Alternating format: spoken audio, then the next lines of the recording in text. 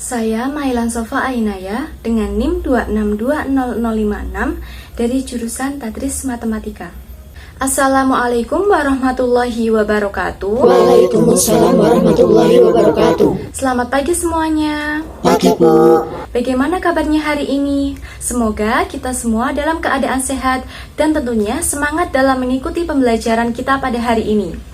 Pada kesempatan kali ini, kita akan membahas materi tentang kaidah pencacahan dengan sub pokok bahasan, aturan perkalian, dan penjumlahan. Sebelum kita memulai pembelajaran pada hari ini, marilah kita berdoa terlebih dahulu. Berdoa dimulai. Berdoa selesai. Selanjutnya, saya absensi terlebih dahulu. Yang pertama, Hechan. Hadir, Bu. Hanel. Hadir, Bu. Herin. Hadir, Bu.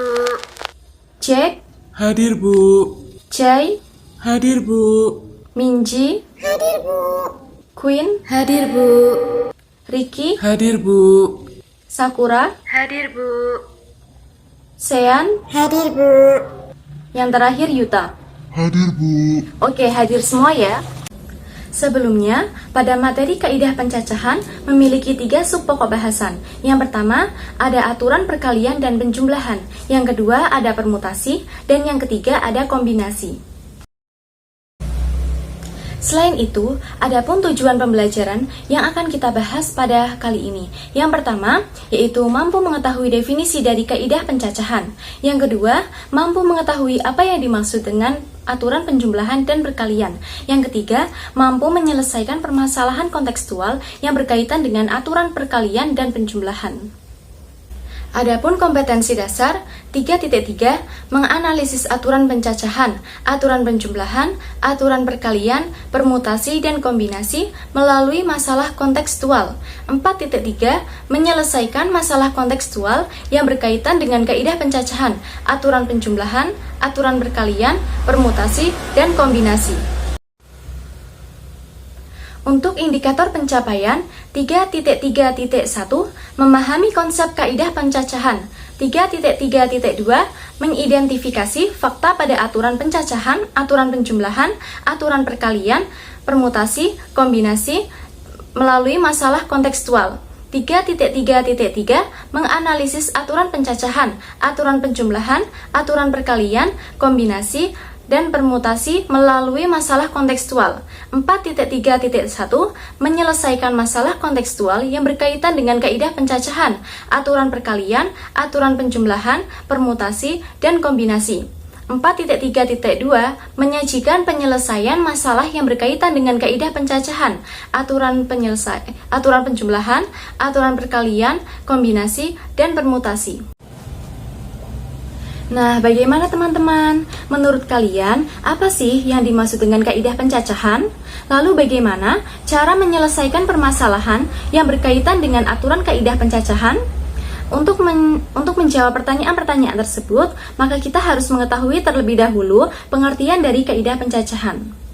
Kaidah pencacahan adalah suatu aturan yang digunakan untuk menghitung atau menentukan banyaknya hasil yang memungkinkan dari suatu percobaan tertentu atau suatu peristiwa tertentu. Selanjutnya, ada juga prinsip dasar kaidah pencacahan. Kaidah pencacahan secara umum memiliki prinsip dasar, yaitu jika suatu fenomena dapat terjadi dengan X cara yang berbeda dan fenomena ini diikuti oleh fenomena lain sebanyak Y cara, maka kedua kejadian tersebut dapat terjadi sebanyak X kali Y cara. Fenomena yang terjadi bisa saja lebih dari 2 fenomena. Sebelum memasuki sub pokok bahasan selanjutnya, yaitu aturan kaidah pencacahan, terlebih dahulu saya akan membagi kelompok. Karena di kelas ini terdapat 12 siswa, maka saya akan membagi menjadi 2 kelompok, dengan masing-masing kelompok 6 siswa. Untuk pembagian kelompoknya, kelompok 1 ada Sean, Ricky, Yuta, Hanel, Herin, dan Queen. Kelompok 2 ada Hechan, Jay, Jack, Minji, Yeri, dan Sakura. Diharapkan untuk semua siswa bergabung kepada kelompoknya masing-masing. Pembagian tugasnya untuk kelompok 1 yaitu tentang aturan penjumlahan, sedangkan pada kelompok 2 tentang aturan perkalian. Untuk teknis pengerjaan tugasnya, yaitu pada kelompok 1 diminta untuk membuat rute perjalanan terlebih dahulu. Maka kalian bisa menyelesaikan masalah yang diinginkan pada permasalahan tersebut. Untuk kelompok yang kedua, bisa memulai dengan mendaftarkan ruang sampel dan selanjutnya bisa dibuat dengan tabel. Setelah itu, kalian bisa menyelesaikan permasalahan yang diinginkan pada masalah tersebut. Apakah semuanya sudah jelas? Jelas, Bu. Baiklah, saya kasih waktu 15 menit untuk menyelesaikan tugas tersebut. Bagaimana semuanya? Apakah tugasnya sudah selesai? Sudah, Bu. Baiklah, kita bahas bersama-sama untuk kelompok 1 mengenai aturan penjumlahan. Di situ terdapat permasalahan, yaitu Zayan ingin pergi jalan-jalan. Zayan tinggal di kota A dan ingin pergi ke kota C. Dari kota A ke kota B ada 4 jalan yang berbeda, dan dari kota B ke kota C ada 3 jalan yang berbeda. Jadi Zayan pun bingung harus memilih jalan yang mana. Bantulah Zayan menghitung ada berapa banyak jalan yang dapat dipilih Zayan dari kota A ke kota C yang berbeda-beda. Diketahui bahwa dari kota A ke kota B yaitu ada 4 jalan. Dari kota B ke kota C ada 3 jalan. Maka K sama dengan K1 plus K2. Maka menghasilkan karena K1 diketahui 4 plus K2 diketahui 3. Maka 4 plus 3 sama dengan 7. Jadi, banyak jalan yang dipilih Zayan dari kota A ke kota C ada 7 pilihan. Selanjutnya untuk kelompok 2 mengenai aturan perkalian. Di situ terdapat permasalahan Joy memiliki 3 baju yang berbeda warna, yaitu warna hijau, biru, dan abu-abu. Joy juga memiliki 2 celana panjang yang warnanya berbeda, yaitu warna biru tua dan hitam. Dapatkah kalian menolong Joy untuk menentukan banyaknya setelan baju dan celana panjang yang berbeda yang dapat digunakan Joy?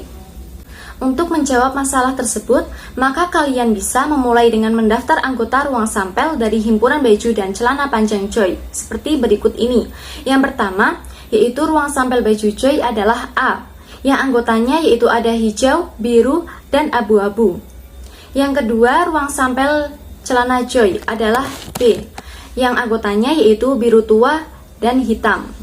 Dari ruang sampel tersebut diubah menjadi bentuk tabel. Dari tabel di atas diperoleh banyaknya setelan baju dan celana panjang berbeda yang dapat digunakan Joy adalah 6. Dari kedua permasalahan tersebut, maka aturan penjumlahan itu jika kejadian pertama dapat terjadi dalam M cara dan kejadian kedua secara terpisah dapat terjadi dalam N cara. Maka kejadian pertama atau kejadian kedua dapat terjadi dalam M plus N cara. Adapun jika kejadian pertama dapat terjadi dalam N1 cara, kejadian kedua secara terpisah dapat terjadi dalam N2 cara, kejadian ketiga secara terpisah dapat terjadi dalam N3 cara, dan seterusnya. Dan kejadian ke P secara terpisah dapat terjadi dalam NP cara. Maka kejadian pertama, kedua, atau ketiga, ataupun kejadian ke P dapat terjadi dalam N1 plus N2 plus N3 sampai dengan NP cara. Selanjutnya, adapun aturan pencacahan yang kedua yaitu aturan perkalian. Jika kejadian pertama dapat terjadi dalam M cara dan setiap kejadian pertama diikuti oleh kejadian kedua yang terjadi dalam N cara, maka kejadian pertama dan kejadian kedua tersebut secara bersama-sama terjadi dalam M kali N cara. Untuk beberapa kejadian aturan perkalian dapat diperluas sebagai berikut. Jika ada K kejadian dengan setiap kejadian memiliki hasil N1, N2, N3 sampai dengan NK yang berbeda, maka banyak hasil berbeda yang mungkin dari K kejadian tersebut secara berurutan diberikan oleh hasil kali.